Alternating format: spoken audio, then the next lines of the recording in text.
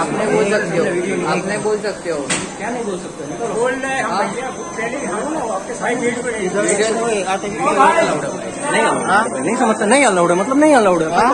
આ વિડીયો અમારા ધ્યાને આવેલ છે તે બાબતમાં અમે મેડિસિન વિભાગને પૂછેલ અને તે મેડિસિન વિભાગ તરફથી અમને મળેલ માહિતી મુજબ આ દર્દી 17 તારીખે સવારના 10:45 કલાકે સુરત સિવિલ હોસ્પિટલ ખાતે કેજ્યુઅલ્ટી વિભાગ ખાતે સારવાર માટે આવેલ.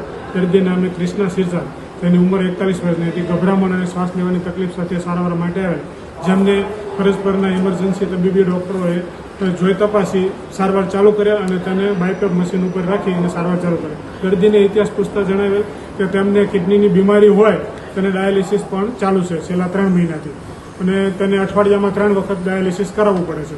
સોમવારે ડાયાલિસિસ કરાવેલ, બુધવારનું ડાયાલિસિસ સમય કોઈ કારણોસર નથી કરાવેલ અને આજે ગુરુવારે આ તકલીફ થતાં અમે સારવાર માટે અહીંયા સુરત સિવિલ હોસ્પિટલ ખાતે લાવેલા છે.